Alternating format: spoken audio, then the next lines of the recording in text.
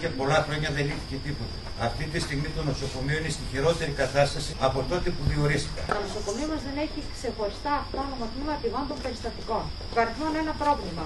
Τα νοσοκομεία στην Ελλάδα δεν δουλεύουν στο τίποτα. Το μόνο που τους ενδιαφέρει πόσους αρρώστους, αριθμοί, πόση δύναμη, πόσα αυτά. Δηλαδή αυτό είναι το πρόβλημα. Το ότι είναι μόνος ένας άνθρωπος σε δύο τμήματα.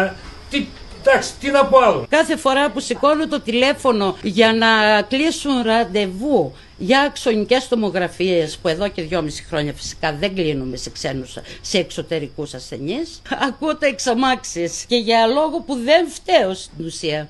Το δημόσιο σύστημα υγείας πρέπει να πάρει άτομα που κολυμπάνε στο πέλαγος. Λένε συνέχεια για το επικούρκο, δεν θα φύγει κανένας, μην ανησυχεί. Ποιος με εγγυάται ότι δεν θα φύγει κανένας? Θα είναι αυτός ο άνθρωπος μια ζωή στην ομηρία? Δηλαδή, άμα θέλει να πάρει ένα δάνειο να αγοράσει ένα σπίτι, τι θα κάνει? Δεν μπορεί, γιατί η τράπεζα του λέει μεγάλα, είσαι ορισμένο χρόνο εδώ. Μετά από ένα χρόνο τι θα γίνει, ποιος θα πληρώνει? Ζούμε σε ομηρία. Και μαζί με αυτά και τα νοσοκομεία.